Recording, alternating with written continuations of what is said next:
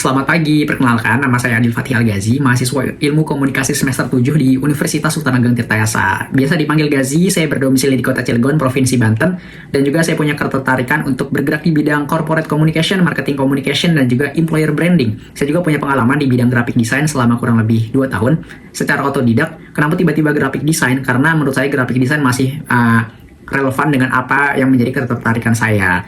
Selain aktif di lingkungan akademik, saya juga aktif mengikuti organisasi seperti Himakomun Tirta dan juga Tirtayasa Visual Production. Di Himakomun Tirta selama 2 periode saya menjadi bagian dari Departemen Humas dan juga Kesekretariatan, dan di Tirtayasa Visual Production saya menjadi bagian dari Departemen Desain dan juga Seni Rupa. Saya juga punya pengalaman menjadi kepala divisi di berbagai proyek dan juga kepanitiaan yang diadakan oleh Himakomun Tirta ataupun Tirtayasa Visual Production.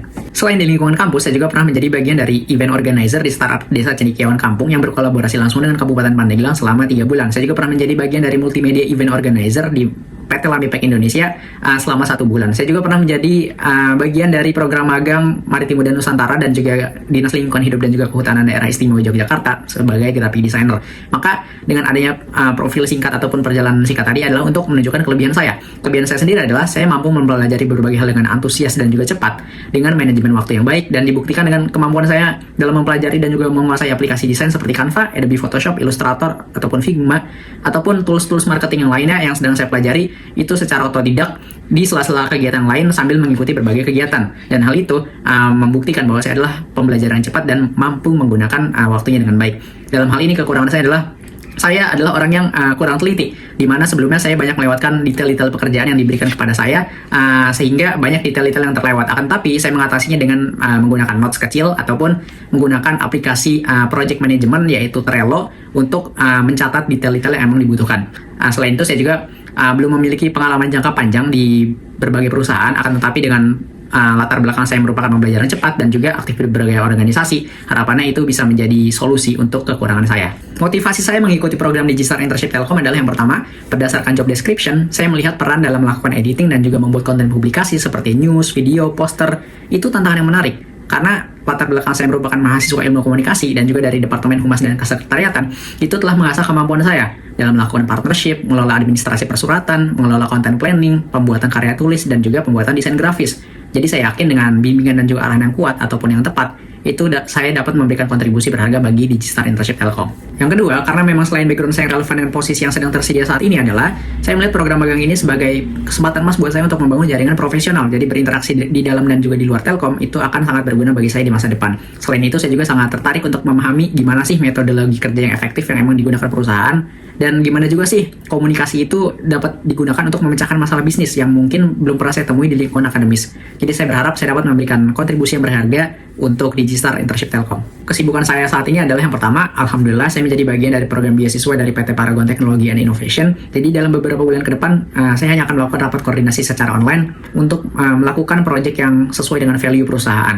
Dan yang kedua, sambil mengisi waktu luang, saya juga membuat konten di media sosial, baik itu di Instagram dan juga di TikTok, dengan niche-nya itu self-development dengan target audiensnya 18-24 tahun, dan juga konten makan untuk semua umur. Jadi kesibukan ini baru saya mulai sejak bulan April 2025 yang lalu, karena saya menyadari pentingnya personal branding. Dan yang ketiga, saya mencoba untuk menafsirkan apa yang media sampaikan ke dalam sebuah tulisan. Jadi saya upload tulisannya itu ke dalam sebuah WordPress. Saya juga menginterpretasikan kembali skrip dari konten self-development itu sendiri ke dalam sebuah tulisan yang saya upload ke WordPress juga. Jadi untuk situsnya sendiri itu saya beri nama Lens of Wisdom, dan domainnya itu adalah jigazi.wordpress.com. Jadi saya melakukan ini untuk meningkatkan pemahaman terhadap apa yang telah saya baca. Untuk proyek yang menarik sendiri itu menurut saya ada 3. Yang pertama, pada saat awal semester 5 saya menjadi asisten dosen selama 1 bulan, di mana di situ saya berkontribusi terhadap pembuatan dan juga pengembangan buku dan modul bahan ajar mata kuliah komunikasi lingkungan untuk mahasiswa semester 4. Di mana tahapan awalnya adalah yang pertama, saya melakukan riset yang mendalam, kemudian menyusun kerangka pemikiran, kemudian menyunting dan juga mulai menulis bab-bab yang telah ditentukan, kemudian yang terakhir adalah verifikasi data. Dan dari situ kendala yang saya hadapi adalah adanya keterbatasan data spesifik yang digunakan oleh peneliti-peneliti lokal. Kan tapi saya berhasil mengatasinya dengan cara lebih proaktif lagi mencari jurnal ataupun buku yang emang menjadi referensi. Kemudian alhasil modul komunikasi lingkungan itu telah berhasil dirilis pada bulan Mei 2025 lalu. Jadi perasaan saya sangat senang karena bisa berkontribusi terhadap perkembangan proses belajar mahasiswa lain. Yang kedua, sebagai bagian dari Departemen Humas dan Kesekretariatan, jika ditotalkan dalam 2 periode penuh ini, saya telah mengelola pembuatan 24 berita acara bulanan, 785 surat keluar, dan juga 176 surat masuk. Dan dengan tingkat keberhasilan 90-100% yang telah dievaluasi oleh Dewan Perwakilan Mahasiswa. Saya juga telah belajar menjalankan kemitraan yang strategis dengan berbagai pihak dengan tujuan media partner, visiting ataupun benchmarking, hingga kerjasama dengan vendor. Dan dari 2 periode itulah, saya berhasil meningkatkan followers Instagram Himakom Untirta sebanyak 1.600 followers hanya melalui SOP media partner. Salah satu kendala yang dihadapi adalah menjaga konsistensi produksi media sosial dan juga efisiensi administrasi surat menyurat. Solusinya adalah saya menerapkan template baku untuk meningkatkan efisiensi tersebut, dan hasilnya organisasi kami berhasil meningkatkan citra dan juga branding organisasi, dan juga menciptakan administrasi yang sangat rapih dan juga efisien. Dan dari situlah saya merasa bahwa saya telah menemukan fondasi yang kuat untuk memilih arah karir saya akan dibawa kemana. Yang ketiga, pada semester 4, saya mengerjakan tugas mata kuliah penulisan berita dan juga penulisan kreatif selama 1 semester. Jadi selama 1 semester, saya mengerjakan 4 berita dengan fokus penulisan pada jenis berita straight news. Untuk prosesnya, yang pertama, itu saya menentukan topik, melakukan riset, kemudian wawancara, hingga ke tahap penulisan sampai terakhir di tahap editorial dan dipublish.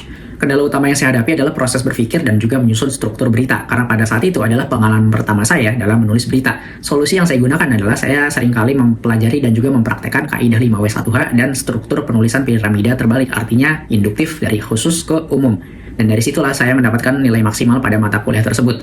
Dan dari situlah saya merasa tertantang. Dan karena mata kuliah inilah saya memutuskan untuk mempelajari WordPress dan mulai menulis di sana sesuai dengan kesibukan yang telah saya sebutkan sebelumnya. Berikut adalah tools yang biasa saya gunakan untuk menunjang produktivitas saya. Itu saja, terima kasih atas waktunya. Harapannya saya bisa bergabung ke dalam Digistar Internship Telkom dalam rangka pengembangan diri saya dan juga berkontribusi untuk perusahaan. Terima kasih dan selamat siang.